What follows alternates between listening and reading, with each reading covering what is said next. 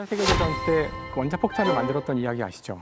그 맨하튼 프로젝트라고 그 하나의 캠프에 수많은 물리학자들이 붙잡혀 와서 원폭 개발을 위해서 거기 이제 갇혀 있었거든요. 그 아주 거기 뭐 노벨상 수상자가 아주 디글디글하는 곳이었는데 그 중에 이제 리차드 파인만이라는 그 물리학의 천재가 한 사람이 있었는데 그 사람은 너무 심심해가지고 뭘 했냐면은 맨하튼 프로젝트는 비밀 프로젝트니까 그 안에서 각각의 사람들이 일하는 것조차도 모두가 알지 못하도록 자기만의 공고가 있었거든요. 자신이 그날 어떤 사용했던 그 자료나 이런 것들을 거기 넣어서 잠그도록. 그래서 저 금고 열쇠가 다 비밀번호로 돼 있는데 이렇게 번호로 그걸 다 깨볼까? 그래서 이제 하나씩 깨기 시작했거든요. 설마. 근데 놀랍게도 그때 깨달은 것은 번호가 되게 허망했다는 거예요. 의외로 단순했나요? 기본적으로 가장 많았던 번호는 제일 처음 자물쇠가 나왔을 때 기본 번호 뭐 000000 아니면 1, 2, 3, 4 아니면 1, 2, 3, 자기 4, 생년월일. 생년월일 가장 그래도 약간 좀 의미 있었던 것이 이제 수학자가 했다는 번호인데 파이가 있거든요. 파이라는 3.14. 그러니까 의외로 정말 한 90% 이상의 사람은 조금만 추론을 하면은 나올 수 있는 비번을 쓰고 있었다라는 거죠. 그래서 아마도 많은 분들이 그럴 거라고 생각해요. 방송을 보시는 분들도 의외로 비밀번호에 대해서 많은 고민을 안 하시는 것 의외다. 같아요. 이건 무슨 뭐 사람의 심리가 의외로 근데- 게으른데요? 근데 이런 건 있을 수 있어. 문과는 약간 비밀번호 약간 이런 거. 첫사랑이랑 안 그래. 헤어진 날짜. 아유 진짜. 뭐 이런 거 아니에요? 안 뭐 그렇다니까. 딸 생일. 이런 의미 부여하지 마요. 아 약간 문과적으로 그럴 수 있. 내가- 그런 사람들 꽤 많이 있어요. 근데 자기한테 오히려 의미- 문과가요? 의미 있는 날짜. 우리 문과니까. 그 유명한 물리학자들도 그렇게 할 수밖에 없었던 거는 영국 심리학자 헬런 해트리가 했는데 첫 번째는 비밀번호 피로감이라는 게 있어요. 피로감. 이거 사이트마다 다르게 해야 되고 이거 하나하나씩 다 외워야 되고 뭐 3개월마다 바꿔야 된다 이러면 맞아요. 그 부담감이 너무 크거든요. 그래서 최대한 내가 외우기 쉬운 걸로 대부분 설정을 합니다. 또 하나는 이 헬런 해트리가 비밀번호는 21세기의 로샤 검사다 이렇게 얘기를 했어요. 로샤 검사가 뭐냐면 잉크 반점을 딱 접어서 펴주고 이게 뭐처럼 보여. 그 무의식을 투영하는 검사거든요. 그러니까 자기 무의식을 거기다 반영한다는 거죠. 내가 원래 생각하던 거. 네, 그러니까 예를 들어서 비밀번호 중에 재밌는 거는 성적인 것들이 꽤 많이 있습니다. 무의식 중에 성적인 거를 많이 하는 거. 본인의 무의식에 있는 건데 겉으로 드러내기는 좀 부담스럽지만 비밀번호로 사용하는 건 나만 아는 거니까 괜찮잖아요. 그런 사람들도 생각보다 많았다는 거죠. 평소에 맨날 그런 생각만 하는 거예요. 근데 생각해 보니까 중요하다고 생각하는 것들 원투 안에서 비밀번호를 다 해결을 했어요. 생뚱맞은 거를 끌어다가 쓰진 않았던 것 같아요. 아 맞아. 그럼 그걸 따로 외워야 되니까. 그것 때문에 생각해 보니까 진짜 비번에 내 관심사나 정보가 좀 많이 담겨 있네요. 그렇죠. 그럼 이제 암호 그러면은 저희가 이제 스마트폰의 뭐 비밀번호나 아니면은 지금 뭐 이렇게 007 뭐 이런 첩보 영화 이런 데 나오는 암호문 네. 그런 데에서만 쓰이는 거 아닌가 이제 이렇게 생각하실 분들이 있지만 사실 암호란 것은 정말 엄청난 수학이 사용되고 있는 첨단 과학의 각축장이라고 볼 수가 있어요. 특히나 이제 지금처럼 인터넷 시대에는 정보가 정말 중요한 거잖아요. 그렇죠. 특히 남한테 알려져서는 안 되는 정보들이 굉장히 많기 때문에 이 정보를 대부분 암호로 관리하고 있는데 바로 이 암호에 대한 관리야말로 국가의 운명과 직결된 그런 문제예요. 그래서 전 세계 최고 수준의 과학자들이 이 문제를 연구하고 있습니다. 그래서 여러분들이 그냥 암호에 대해서 별로 생각을 많이 안 해보셨다면 오늘 정말 놀라운 암호의 세계에 대해서 아시는 그런 시간이 될 거라고 생각합니다.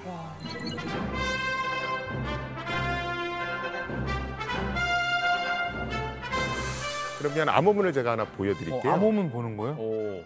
나 또 푼다. 풀어도 돼요? 술이 들어간다. 뭐예요? 이거? 자, 지금 화면에 SURRI라고 돼 있네요. 카이사르 암호를 이용해서 만든 암호문입니다. 그 장군? 그렇죠. 율리어스 시저라고 네, 있죠. 자기 어떤 동맹국들하고 비밀리에 통신하려고 사용했던 그 암호가 카이사르 암호 이렇게 불리는 암호입니다.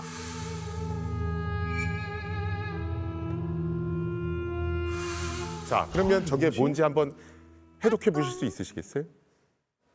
이 반대로 보는 건가?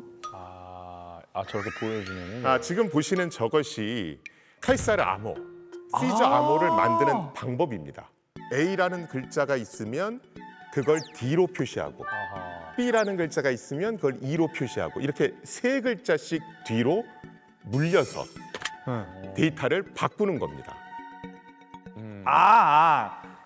이제 암호문을 밑에 거에다 놓고 그렇죠. 원래 단어를 위에 걸 보는 그렇죠. 거예요. 그럼 P로 시작하는 거. P R 오 P R F. O O. 놀라운 프루프, 증명. 그러니까 증명 이렇게 됩니다. 놀라운 증명의 증명을 프루프. 좀 긴 문장을 카이사르 암호로 바꾸면 지금 화면에 보시는 저런 것들이 이제 나옵니다.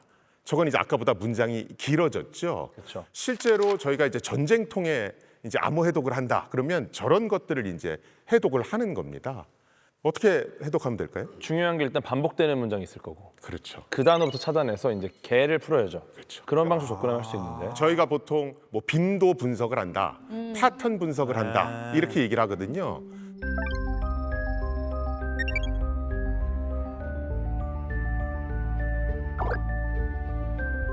암호문에서 네. 가장 자주 나오는 어떤 알파벳이 있어요? 그러면 그게 어떤 글자를 암호화시켰을 확률이 높을까요? 이겠죠. E. 그렇죠. 그럼 그 글자를 이로 바꾸는 겁니다. 암호의 역사 그러면 이거는 창과 방패 뭐 전쟁 같다. 그래서 계속해서 끊임없이 깨고 만들고를 반복해오는 어떤 전쟁의 역사 같다. 이렇게 얘기하기도 합니다. 멋있다. 지금 그러면 제일 번성하고 있는 암호는 어떤 거예요? 우리가 RSA 암호라는 게 있습니다. RSA. 네, 가장 널리 쓰이고 있다라고 보시면 되고 그거에 대해서는 제가 본톡할 때 설명해 드리도록 하겠습니다. 아니 그럼 RSA 암호도 지금 해독을 하는 사람이 있는 거예요? 해독하려고 노력을 하는 거죠. 양자 컴퓨터라는 것들이 이제 나오기 시작을 했거든요. 그러면서 미국 같은 경우에 2019년에 일반 슈퍼컴퓨터로 한 1만 년 걸릴 일을 양자 컴퓨터로 100초 만에 풀어냈다. 뭐 이런 연구 결과도 있습니다.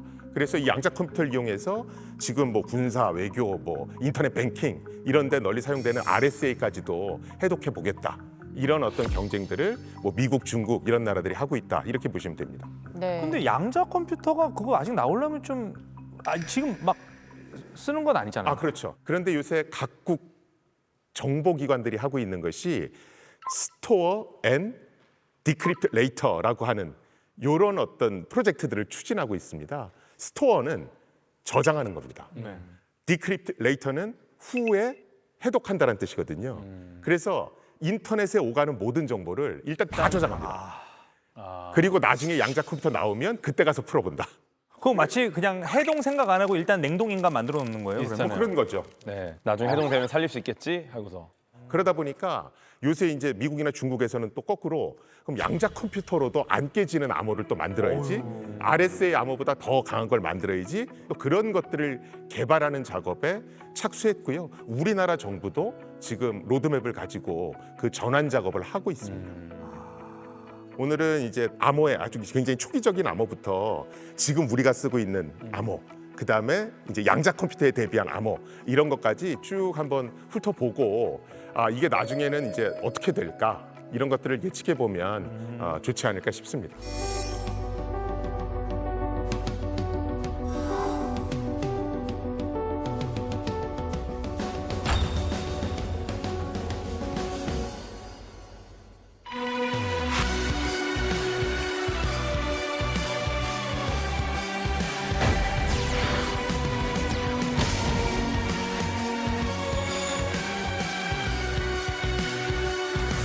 아니 근데 RSA라는 단어도 솔직히 처음 들어봤거든요. RSA. 비밀번호가 아닌 다른 영역에서 우리가 암호를 쓰는 데가 있나? 약간 그런 생각이 들긴 하거든요.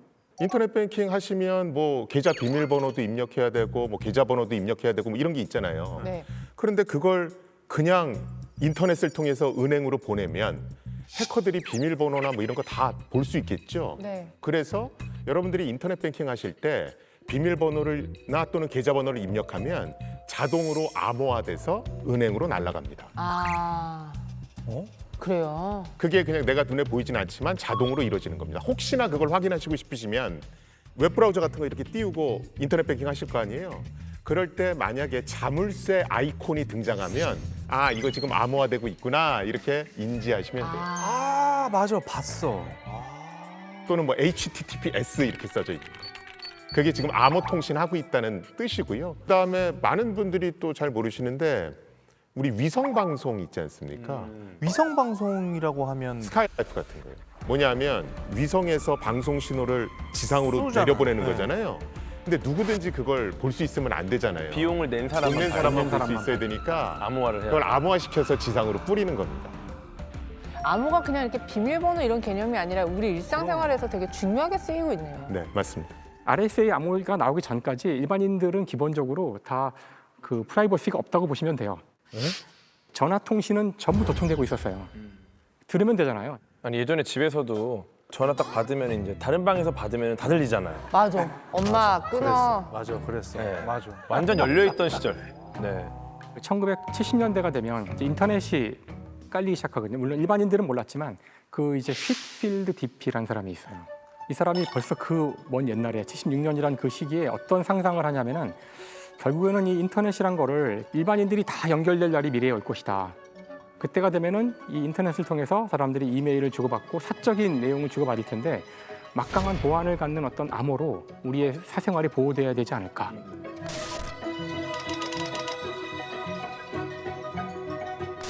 다른 예를 들어서 설명을 하나 드릴게요. 자, 내가 어떤 창고에다가 귀중품을 넣었습니다. 네. 그리고 열쇠를 딱 넣어서 그 문을 잠궜어요. 이제 내가 그 귀중품을 그 창고에서 꺼내고 싶어요.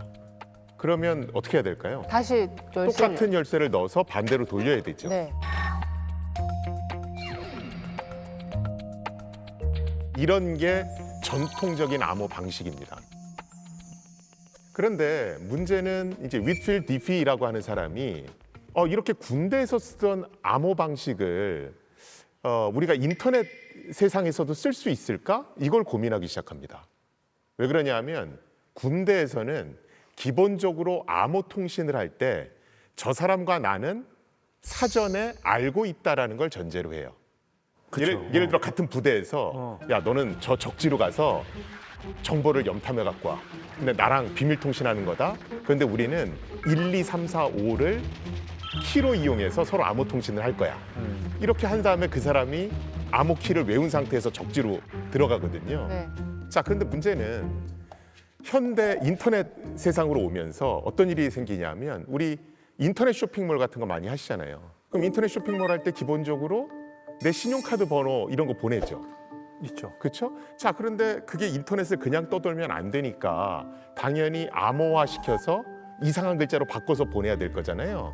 그런데 예를 들어서 신용카드 번호를 암호화 시켜서 보내시려면 본사를 한번 방문하셔서 암호키를 서로 공유해야 됩니다. 이러면 안 하죠. 사람들이 귀찮아서 안 하죠. 안 하죠. 네. 그러니까 인터넷 통신이라는 게 기본 전제가 생전 보도 듣도 못 산 사람하고 비밀 통신을 해야 될 필요성이 생깁니다. 우리가 그걸 이제 불특정 다수와 통신한다 이렇게 얘기하는데, 그래서 위필드 디피라는 사람이 어떤 아이디어를 내냐면, 자, 내가 창고 문을 잠그고 여는데 자물쇠하고 열쇠를 구입해서 자물쇠로 채우고 열 때는 열쇠로 열고 잠글 때 쓰는 것과 풀 때 쓰는 거를 다르게 쓰면 안 될까? 이런 아이디어를 냅니다. 예를 들면 내가 1, 2, 3, 4, 5로 암호화 시켰으면 뭐 7, 8, 9, 6 이런 다른 번호로 풀어버리는 거예요. 이런 걸 이제 비대칭키 암호 이렇게 얘기합니다. 여기서부터 놓칠 것 같아요. 잠깐만. 그냥 우리 다 같이 사이좋게 살면 안 돼요. 잘 따라왔다고 생각했는데 갑자기 1, 2, 3, 4, 5로 잠궜는데 5, 6, 7, 8, 9로 푸는 거죠. 안 되지 않아요? 그런데 만들어냅니다. 그걸 해냅니까? 네. 대단들하다. 진짜 대단들해. 그러면서 자물쇠는 잠글 때만 쓰고 네. 열쇠는 풀 때만 쓰면 네. 예를 들어서 내가 인터넷 쇼핑몰을 딱 만들 때 메인 화면이 있잖아요. 거기다가 신용카드 번호를 저희한테 전송하실 때는 요 자물쇠를 쓰세요. 이렇게 공개해 버리는 겁니다.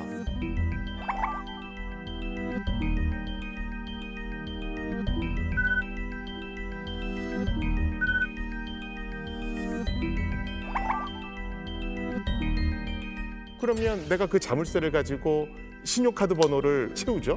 그래서 보내면 열쇠는 본사 직원이 쇼핑몰 관리자만 갖고 있으니까 풀어보는 겁니다. 이러면 불특정 다수와 비밀 통신을 할 수 있죠.